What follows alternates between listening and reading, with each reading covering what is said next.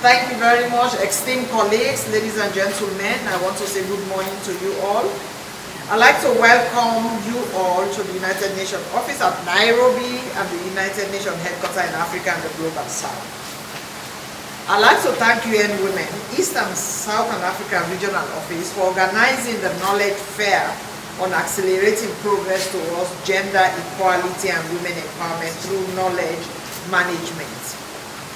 It is indeed an opportunity to showcase the comparative advantage of UN Women as a go-to agency on issues of gender equality and empowerment of women. Before I move further, I want to give you my story, why I really do believe in UN Women. I'm a first generation educator. My mother was illiterate. She never went to school. She was married to a Muslim Clary who didn't believe on the girl child. But my mother was a house help in the city. So she saw people in the same street she lives, girls going to school.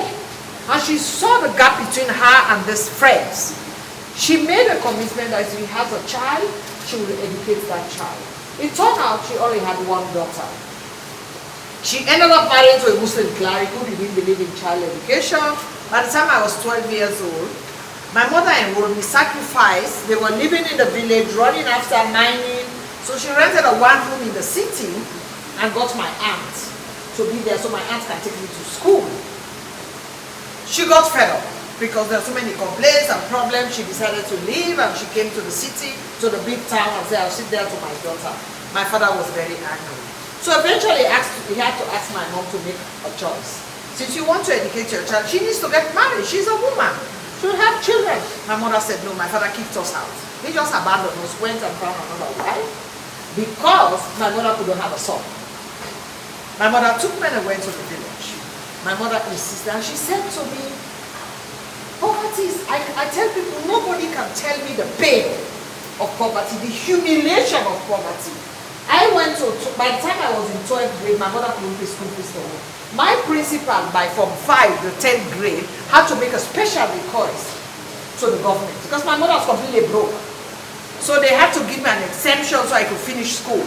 I finished school, I went to the 3rd grade. I went to the Hawa school, which is the first girls' school in Sub-Saharan Africa. This is where they enlist the ministers, the parents, all the professionals where their daughters go to school. I went to that school, I enrolled in from 5, from 6, I did the O-levels. I couldn't even buy a pair of shoes. You know the uniform I took to go to that school? Somebody gave it to me, which she had worn for 2 years.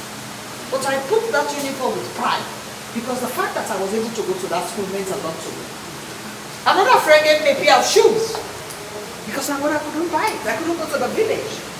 My mother was given a choice by a politician she had helped to get elected. I built her a house. I sent it to Hajj as a Muslim woman.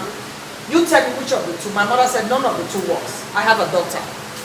I can't. I'm broke. I can't take care of her. I just want one commitment from you. Support her to get a good education. That's how I was able to go to university on a scholarship. I went to university with 5 dresses. 1 skirt, 1 sandals, 1 slippers, and 2 bed sheets, and a Vaseline, and a spray. Now you call it hand luggage. That's my suitcase to go to university. But here I am today. My son is a lawyer. His wife is an engineer. And my grandchildren are going to an American school. So one generation will transform. Why? The determination of an illiterate woman to say, I give education to my daughter. When I had my son, my husband was very traditional. His children, I was the second married, went to a public school. I said to him, if my mother can make that sacrifice for me, I will make sure my son goes to a private school. I registered him in daycare, 3 months old. I registered him. My son went to high school at the age of 10 because I was determined that he would be better than me. He went to university at 17. He became a lawyer, second youngest person to qualify a lawyer before he was 21. So for me, when they talk about gender empowerment, when you support a woman, either economically or educationally, you transform family yet on board. You change. Within, when I come from the most traditional part of my country, Well, as I speak to a woman, is part of the husband's property when he died. When my mother died, I was not yet married to my husband. We went to the village for a funeral. My father, who had abandoned us, came and took charge. He said because I was not married, my husband could not participate in the funeral. My partner was not married, so he could not participate in the funeral. I had to leave my mother's corpse, go to the mosque and get married, and then come and bury my mother the same day. And that's when I took the decision to be a women's rights activist, because I can't understand it at that time. I don't know what women's rights were at that time. By then I finished university. I was the number 3 person or number 2 in the top largest insurance company. Very educated, had fellowship. But then I just realized something is wrong. This is not working. That's how I became a women's activist. And that determination made me change the course of history in my country. And where does that come from? From that illiterate woman who decided she had to educate her daughter. So people see me now, but that's where it started. And that is why I believe in the core mandate of UN Women. Yes. When you support women, you change their life, it changed history. So that me, coming from a country where I couldn't bury my mom until I go and get married, when I became Minister of Foreign Affairs, the most senior woman in government, I decide who gets it. I cannot be elected. My son cannot be elected as traditional leader, but I decide who becomes a traditional leader.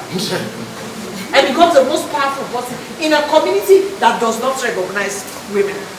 But I played that role, and it changed the dynamics in my country.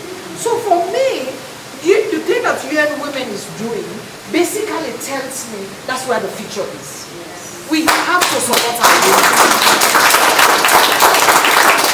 This fair also affirms the role of UN Women in producing solid gender research and evidence that has been used to build transformative approaches and enhance evidence-based policy advocacy and programming on gender equality. When you look at the statistics, it took us more than 100 years to get gender equality. But what do? You have countries like Sweden, like in Africa, like Rwanda. When we know what they do, and I said it when I was in New York, I said it to the president of South Sudan. So many countries have made mistakes for you. So many countries have experienced war. So many countries have experienced it. When you learn from countries, you are able to implement. You cannot make their own mistakes because they already made mistakes for you. So that is why this information is important. Because if we're going the steps, everybody's doing their own thing, we'll never get there. But when we know how Rwanda did is what they did, we learn from them.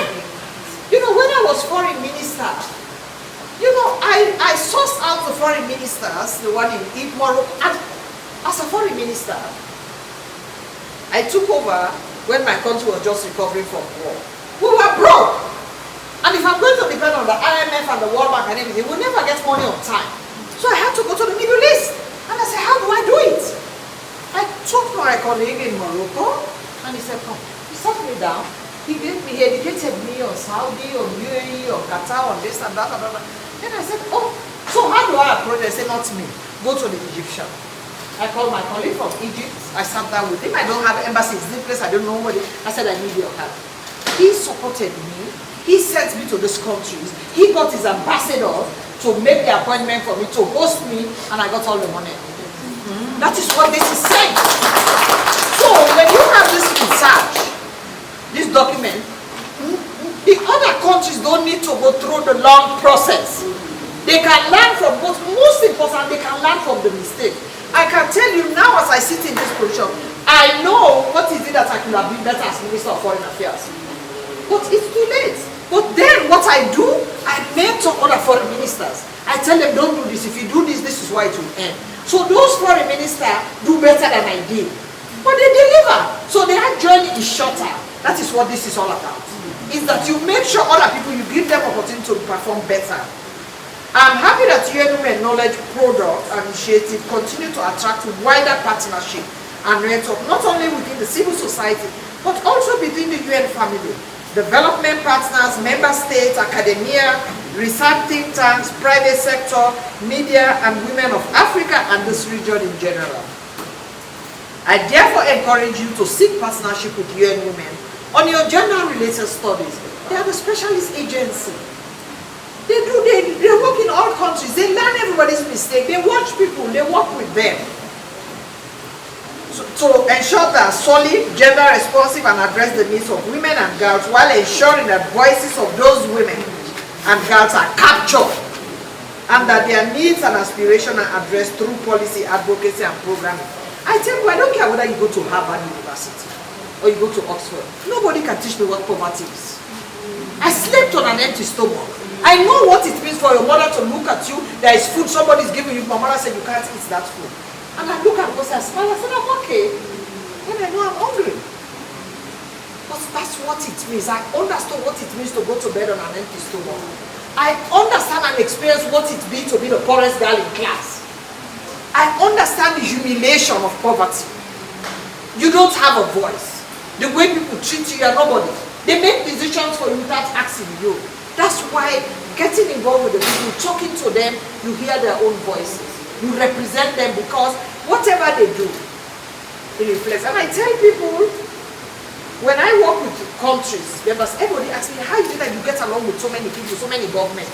I said, I was in their position. When I talk to a government minister, government president, I talk to them the way I would have wanted somebody to talk to me when I was in that position. Because I know the nuances. I know when they say no, when they want to say yes. I know when they say yes, when they want to say no. That is extremely important. So this fear coincides with the 16th day of activism against gender-based violence. I like to recall that 1 in every 3 women experience physical or sexual violence, mostly by an intimate family member. I was foreign minister.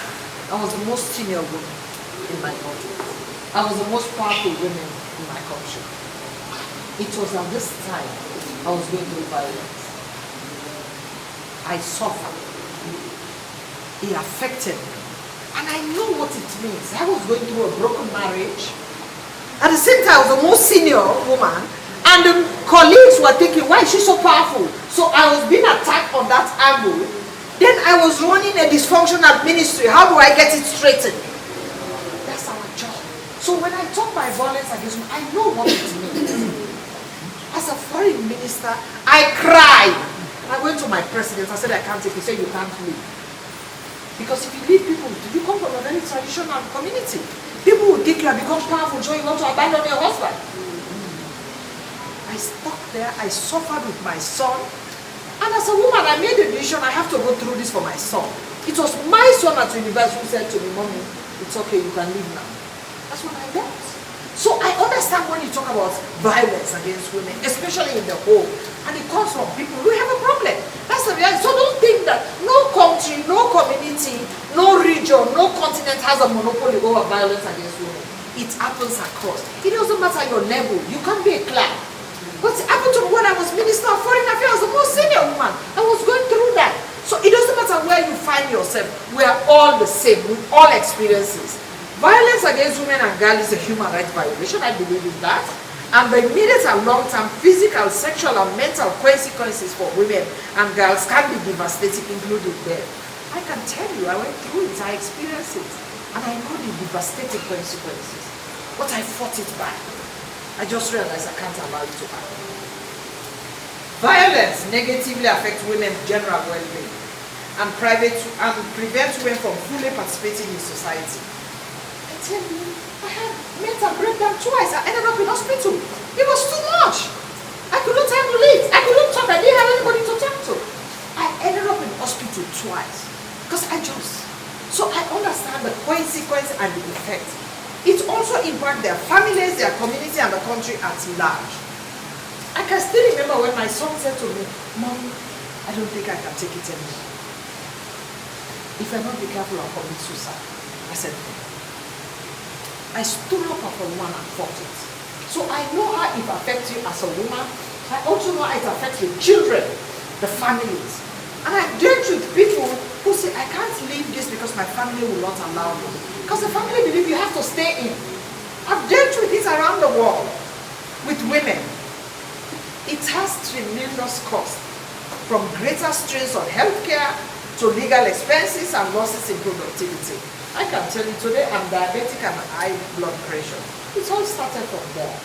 because I have to go to it up, I have to deal with it. It's affected my health, my mental health, my physical health, even my self-confidence. It's affected it. Unequal distribution of power and resources between men and women increases women's economic vulnerability and dependence on others for their economic well-being. You know, when you come from a poor family background, the men in the family have the resources they need. Nobody cares about your mom, but she has to take care of you. This can lead to gender-based violence that disproportionately impacts women and girls. Let us stand together to disrupt the devastating and far-reaching effects of gender-based violence on women and girls. The reason I like talking about my story is to give people hope. To understand, they see you now, DG, USG, she's been foreign minister. That's what they see. But they don't understand behind you went through this experience. And to give them hope that if she can do it, I can do it. I have to walk to the 50. So that's why I like to tell my story publicly, so that other people can understand it's not they are not accepted when it happens to them. That if it can happen to me when I was the most senior woman in government, I was the face of the government internationally and nationally. That's it. Provisions of essential LGBT services to all survivors, including the LGBTI community, people living with disability and other minority groups, must be delivered without discrimination in respect of international human rights. We are all equal before the law. To this end, I wish to acknowledge the efforts of UN Women in knowledge management, which includes research, evidence generation, and production of data and statistics, which transform policies, programs, and investments on gender in the region. I mean, I've said that before. This is a God sent. Let's take advantage of it. Let's make sure we learn from it, we share it. We don't only use it, but let's share it. It is only through this that stakeholders can develop and sustain targeted intervention aimed at ending various inequalities facing women and girls in the region, in Africa and globally, and in Kenya specifically. The importance of engaging women in our research, data generation, and knowledge management cannot be gainsaid. It is time that they got involved even in the implementation of the findings and recommendations of these studies to transform policy and decision making. I always say in my life, at the banquet table, there are no reserved seats. As women, we have to fight for what we believe in. We don't need to be called. I can tell you, in my country, I changed some of the most important decisions. I give you an example. When they were doing decentralization, the World Bank conference, I was not invited. I was a civil society leader. I called my best friend, I said, let's go. She said, go to Anel. I said, don't worry. We went there, the meeting. They said, well, we will not give you DSA. You know, I said, don't worry, I don't need your DSA. But I told you, I sat in that meeting for 3 days and I changed. I changed it, everything I was there. I didn't want their money, but I wanted to make sure my voice was there, that I was able to influence. Today, they tell you that the local government act in Sierra Leone, we have a gender parity at the world level. I was there. The same thing when we were developing anti-corruption commission. You know, I was there. I never wait for people to invite me. Once I know, it's a small country, we know each other. I put my ears on. Once everybody is coming and having a meeting, discuss on women, I attend. I don't want your money. If you don't give me lunch, I'll buy my lunch. But what I want is my voice at that decision. And I did it. This can only happen by empowerment of women in all aspects, including their access to appropriate data, information, skills, and adequate resource, as well promoting the inclusion of women in leadership to guarantee their participation in the decision-making process. This should be at the local, national level, and international level, both in terms of the number of women participating as well as the quality of that participation to address and overcome gender biases in intervention and ensure that strategies are informed by and benefit from women's knowledge and experience. I think it is important as women to be able to make sure wherever we are. If I go to meetings and I see too many men, I say, where are the women? I say, what happened to the women? Why don't you have women here? Whether at the national level, when I was ESARO, I visit country, I said to the person, but Mr. President, you don't have a woman here. I think that's why I have to tell you, I feel very honored and privileged to serve the Secretary General. I've never met somebody who is so gender sensitive. Look at the UN headquarters. Geneva, Vienna, Nairobi, we're all women. Look at the Economic Commission at one time. We had Chile was a woman. We had Bangkok, Asia was a woman. We have Beirut, Lebanon was a woman. We have Geneva, there was a woman. We have Addis, there was a woman. So he made a commitment to it. And you know, women bring specific, we care. No matter what you say. We care, we nurture life, we bring our children up. So if you look at the countries that have done well, the Scandinavian countries, because when you put women, and we are women, we don't try to be men. We are women. I'm very proud to be a woman. So the qualities I have as a woman, I try to bring it in leadership. I respond, we have more empathy, we have compassion, we listen, we don't want to take power. Power to us is about what we benefit. It's not the definition of men control. Women want to bring, we have mothers, we bring all our children together, we have 4 or 5 children, we treat them equally. Those qualities, but when women try to be men, that's the disaster. When we are women, and the things that make us women, make us different, make us mothers and sisters, we bring them into leadership. That's it. We change the narrative. We have to be more sympathetic. We have to listen to people. We have to know what are their needs. What do they need? We just don't go and talk to them. We talk with them. We listen to them. We engage them. So because the solutions they have themselves, we don't need to design solutions. They know what they want. But nobody talks with them. Nobody listens to them. So I think this is what we do, and this is what we are doing. That is what UN Women is trying to do.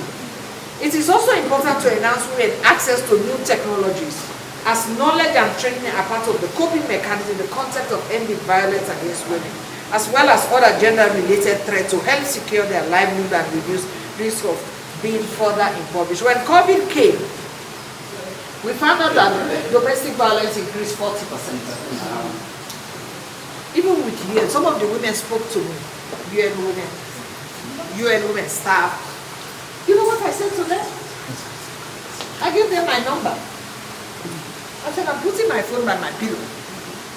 When he touches you at night, tell him I'm going to call the beach. I'll listen to you. Trust me, in most cases we stopped. Because they know she has access to somebody who can determine that. I don't care whether I have to see the president, I don't care whether I have to see the chief justice, I'll make sure action is taken against you. So the men realize this is serious. And most of those men I worked with came back and said, thank you. Some of those men are UN women. Some of the men staff are UN staff. And I go publicly with the women because I want the man to see me with the woman, to know that the woman has someone who will determine their future.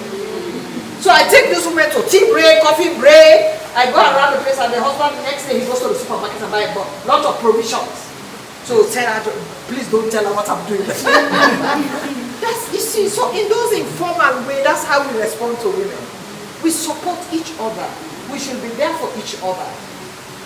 That said, I now wish to declare the knowledge fair officially open. I encourage all delegates to have a tour of the exhibition. I will do it. Exhibition panels, and scan the various QR codes to access the various knowledge interventions listed by UN Women.